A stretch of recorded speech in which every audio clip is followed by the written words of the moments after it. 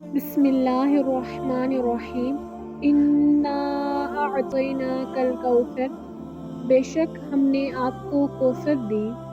فصلی لربک وانحر، پس اپنے رب کے لیے نماز پڑھیے اور قربانی کیجیے۔